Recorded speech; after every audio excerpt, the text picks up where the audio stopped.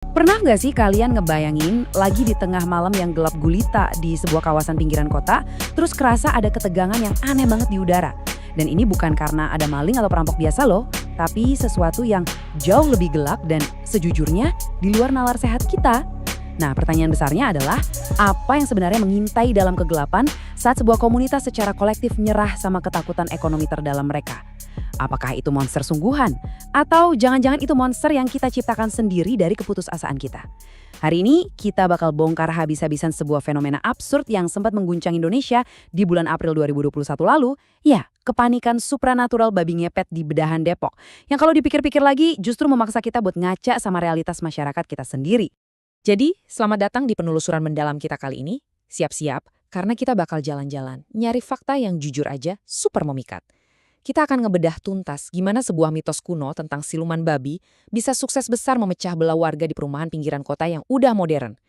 Kita nggak cuma ngelihat kasus hoaks babi ngepet Depok ini sebagai lelucon viral yang numpang lewat, tapi sebagai satu studi kasus nyata di mana keputusasaan ekonomi, rasa iri hati, dan manipulasi digital itu campur aduk jadi satu.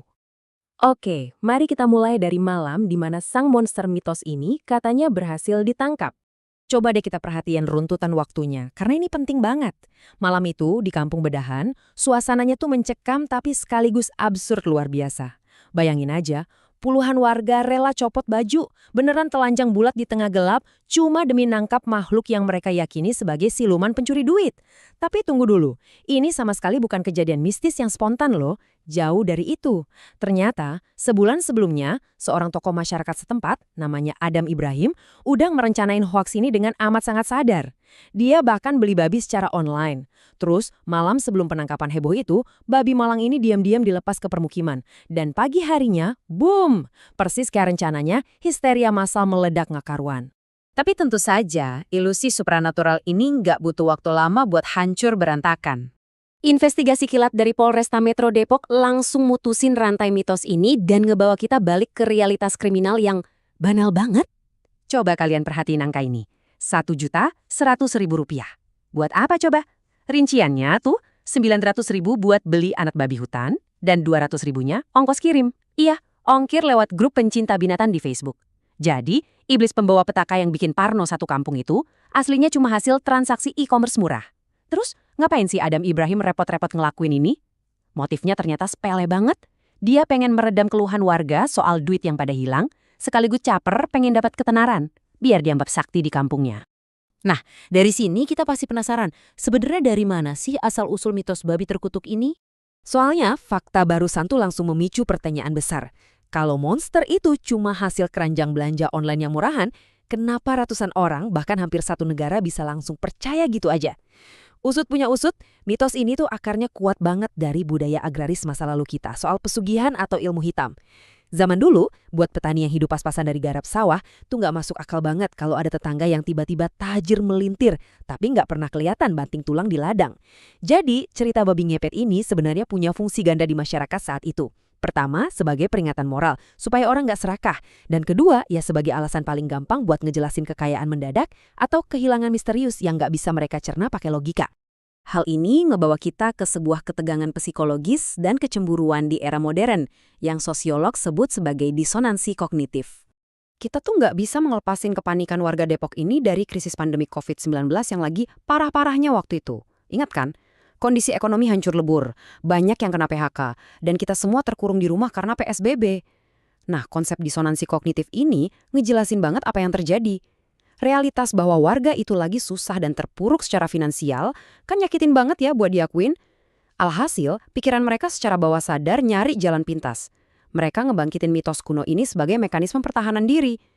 Intinya, mereka butuh nyiptain kambing hitam berbentuk supranatural supaya mereka nggak perlu repot-repot menghadapi fakta pahit soal keruntuhan ekonomi yang lagi mereka alamin.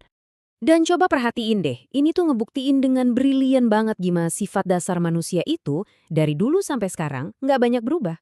Sejarawan nyatet di abad ke-19 pas zaman tanam paksa, yang sering dituduh punya pesugihan itu pedagang kaya atau lintah darat yang emang kelihatan numpuk harta. Sekarang bandingin sama tahun 2021. Siapa yang jadi target? Pekerja remote atau freelancer yang kerjanya rebahan doang di kamar tapi tiba-tiba bisa order makanan terus, renovasi rumah, atau beli motor baru. Ini bukti nyata loh, walaupun ekonomi kita udah pindah ke internet dan serba digital, yang namanya rasa iri, dengki, dan kecemburuan sosial itu masih jalan di track yang sama persis. Terus gimana misinformasi ini bisa jadi perilaku kolektif yang viral? Kita masuk ke masalah bias konfirmasi di era pandemi. Logikanya gini, dengan smartphone di genggaman, ngecek fakta aslinya gampang banget kan? Harusnya mitos kayak gini bisa langsung dipatahin. Tapi kenyataannya, jaringan digital, terutama grup WhatsApp bapak-bapak atau ibu-ibu warga itu malah mempercepat delusi ini jadi skala nasional.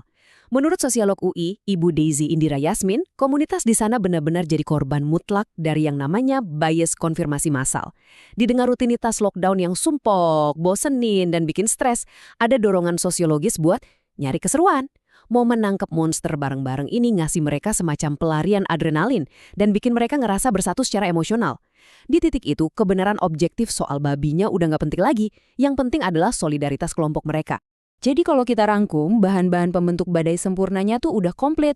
Pertama, emang udah ada rumor duit hilang 1-2 jutaan.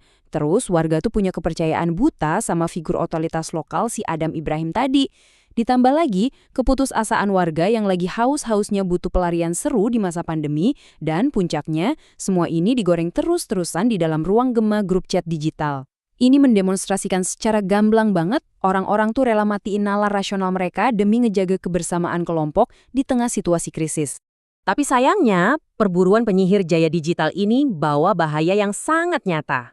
Kita mungkin dari tadi ketawa-ketawa, dengerin ada orang beli babi 900.000 buat jadi siluman. Tapi jujur aja, hoax ini bener-bener ngancurin hidup orang beneran di dunia nyata. Ada satu insiden tragis soal Ibu Wati, warga kampung tetangga di Bojonggede. Karena keikut arus histeria ini, dia dengan pedenya nuduh tetangganya sendiri main pesugihan. Cuma gara-gara tetangganya itu kelihatan nganggur, tapi duitnya ngalir terus. Padahal ia jelas-jelas tetangganya itu kerja dari rumah secara online. Kalian tahu akhirnya gimana? Gara-gara tuduhan gak berdasar yang bikin emosi massa kepancing, Ibu Wati malah digeruduk balik oleh warga yang marah. Dan tragisnya, dia dipaksa pindah, diusir dari kampungnya sendiri buat meredam keributan. Kasus Ibu Wati tadi benar-benar nampar kita dengan satu kenyataan yang suram. Saat keputusasaan finansial, ketemu sama misinformasi digital, dan kurangnya literasi, delusi massal yang meledak itu pasti dan selalu memakan korban. Rasa iri yang difasilitasi lewat obrolan media sosial itu gampang banget merobek tatanan sosial masyarakat kita. Tali persaudaraan antar tetangga yang udah dibangun bertahun-tahun bisa hancur berantakan dan bahkan ngerampas rumah seseorang dalam sekejap mata aja. Sebagai penutup dari penelusuran kita kali ini, ada satu pertanyaan krusial yang mau nggak mau harus kita renungin bareng. Kita ini sering banget kan ngebanggain diri sebagai masyarakat modern, serba digital, teknologi canggih terus ada di genggaman. Tapi kasus babi ngepet Depok ini seakan maksa kita buat jujur sama diri sendiri. Saat kita dihadapin sama krisis, atau saat kita ngerasa iri lihat pencapaian tetangga, apakah kita benar-benar udah pakai nalar kritis kita? Atau jangan-jangan tanpa kita sadari, di balik layar HP kita yang terang itu, kita masih aja berlagak layaknya penduduk desa di zaman kuno, yang ketakutan, nyari-nyari kambing hitam, dan asyik memburu siluman di tengah kegelapan.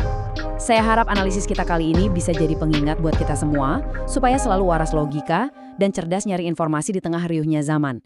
Sampai jumpa di pembahasan selanjutnya.